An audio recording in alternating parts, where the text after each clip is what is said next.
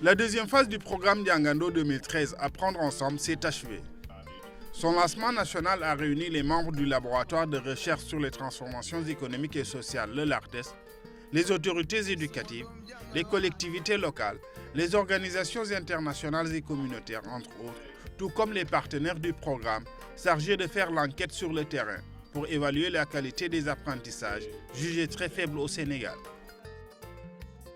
Diangando est venu à son heure et que c'est un bon baromètre parce qu'il va servir quand même à chaque fois à alerter, à dire attention, regardez bien ce qui se passe dans le système éducatif.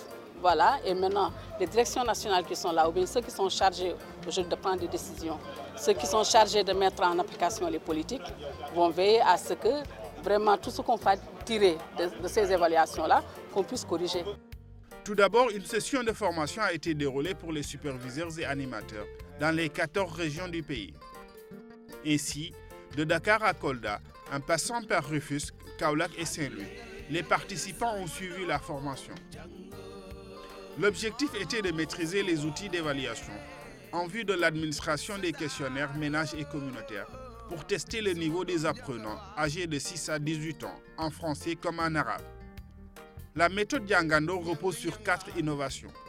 Premièrement, l'évaluation porte sur les acquisitions fondamentales en lecture, calcul et culture générale, soit en français ou en arabe, selon le choix de l'enfant. Deuxièmement, les enfants sont testés dans les ménages. Troisièmement, les tests sont élaborés sur un seuil correspondant au niveau médian, qui est la fin de la 3e année d'apprentissage.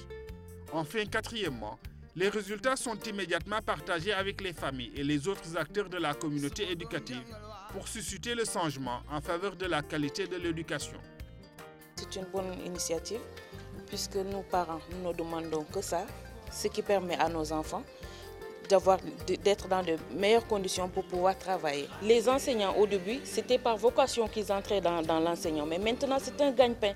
Depuis qu'il est devenu un gagne-pain, donc certains ne donnent pas le meilleur d'eux. Nous sommes acquis à l'idée que tout ce qui est bien doit se mesurer.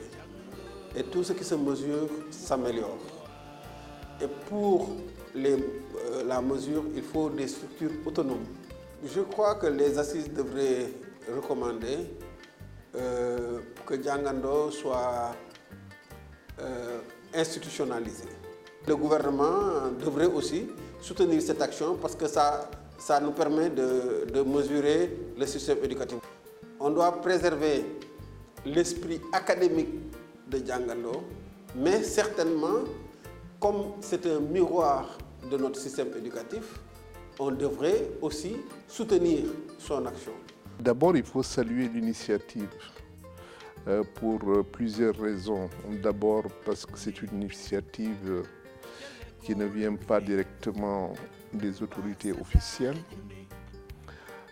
Deuxièmement, c'est une initiative qui répond à un besoin qui a été largement souligné dans le rapport de suivi de l'éducation pour tous, c'est-à-dire la nécessité de pouvoir mesurer les résultats scolaires, les acquis des enfants et des jeunes, et donc ce que l'école ou l'éducation de manière plus générale apporte comme plus-value dans la vie et le travail des jeunes.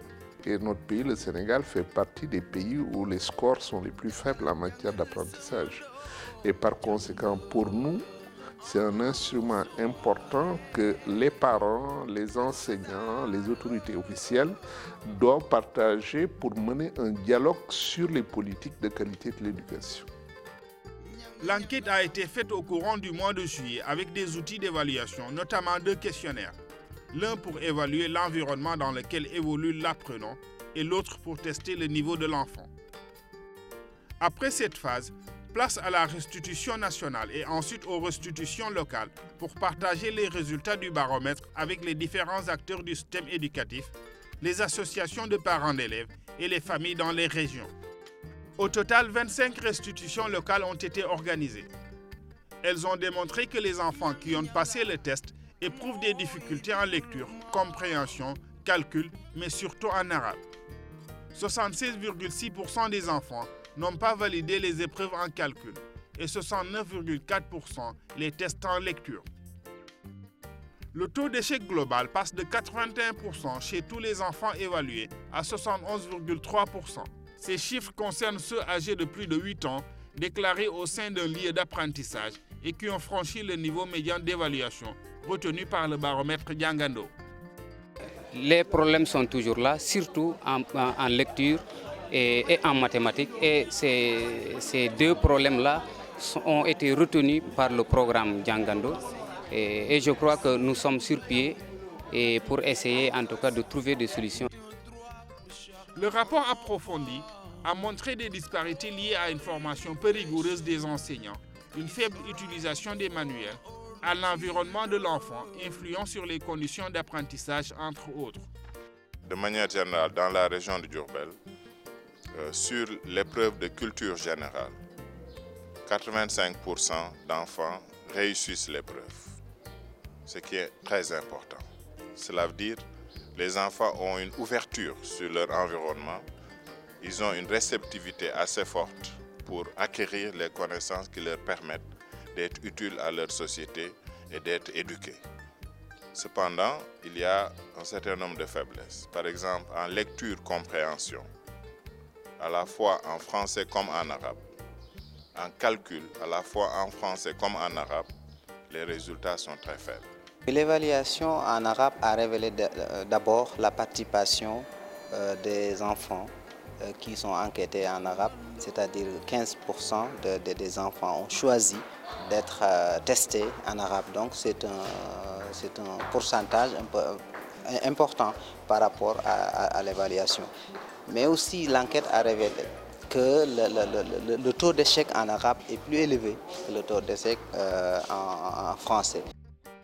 Les experts appellent les acteurs, la société civile et l'État à apporter des changements pour une meilleure prise en charge de la qualité des apprentissages. Au vu malheureusement de ce taux d'échec assez élevé sur presque toutes les disciplines qui ont été administrées, il y a encore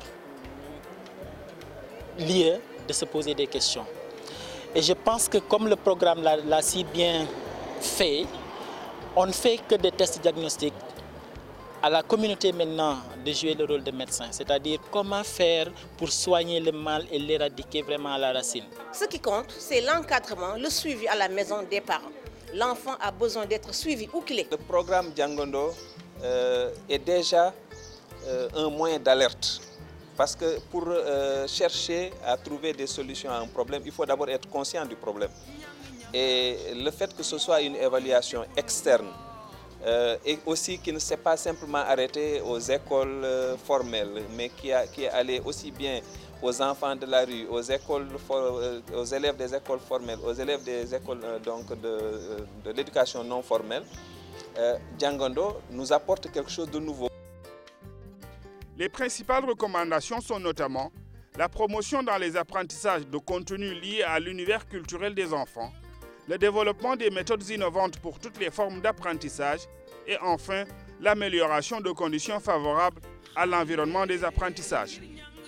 Les initiateurs ont prôné l'engagement de tous en vue d'améliorer les performances des apprenants au Sénégal.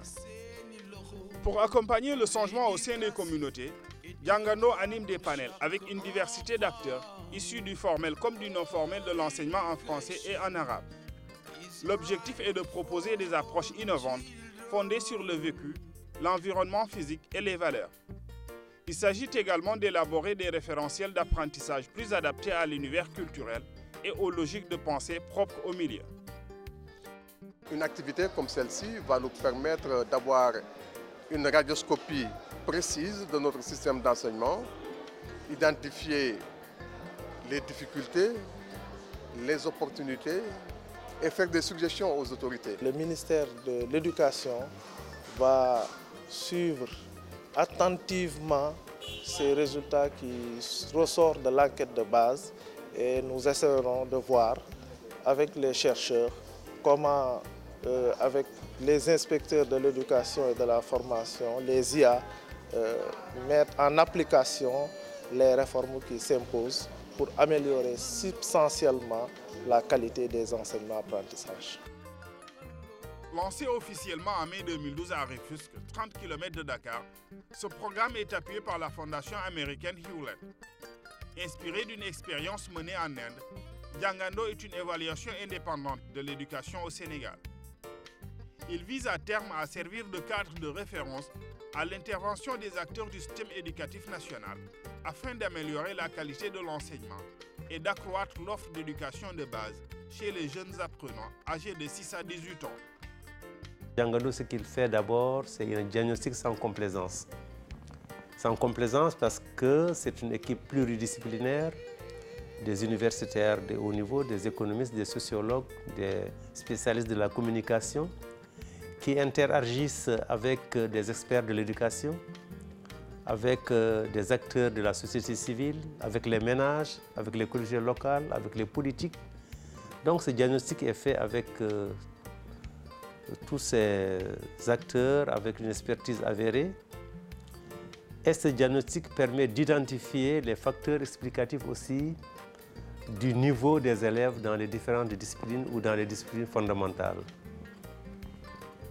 Avec un diagnostic bien fait, avec une identification du niveau des élèves et en déterminant les facteurs explicatifs, je crois que ça permet d'avoir une prise de conscience de plusieurs acteurs au sujet de la question de la qualité de l'éducation. Ainsi, les résultats des enquêtes de la deuxième phase du programme Jangando 2013, menées auprès de 5000 ménages, ont permis de tester 15 300 enfants dans les 14 régions du Sénégal.